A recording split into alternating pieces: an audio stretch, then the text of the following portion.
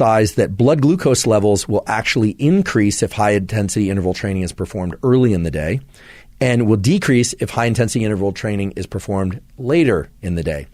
Now, the purpose for this exploration was not to explore clearance of blood glucose for sake of intermittent fasting. It was mainly focused on athletic performance and whether or not that was better early in the day or later in the day, et cetera.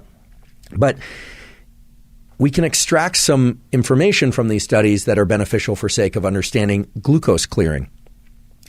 If you have ingested food throughout the afternoon and evening and late in the day, and you're thinking about going to sleep, and you'd like to enter sleep in a way that is less fed and more fasted, then engaging in high-intensity interval training in the afternoon will lower, or evening I should say, will lower blood glucose.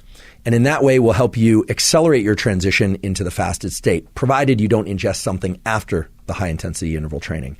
Now, is the increase in blood glucose that occurs from high-intensity interval training early in the day, is that detrimental? Not necessarily so. That oftentimes is associated with the shuttling of nutrients to the muscles that have just done a lot of hard work. So it's not that high-intensity interval training should not be done early in the day. In fact, for many people, including myself, training early in the day, just for the way that my psychology and biology works, is always better for me than training later in the day. And the other important thing to mention is that high-intensity interval training done late in the day can be beneficial from the perspective of glucose clearing, lowering blood glucose, and helping transition from the fed to the fasted state in preparation for sleep. However, if you're ingesting caffeine or anything to engage in that high-intensity interval training in a way that prevents you from getting to sleep, well, then it's going to be detrimental overall. So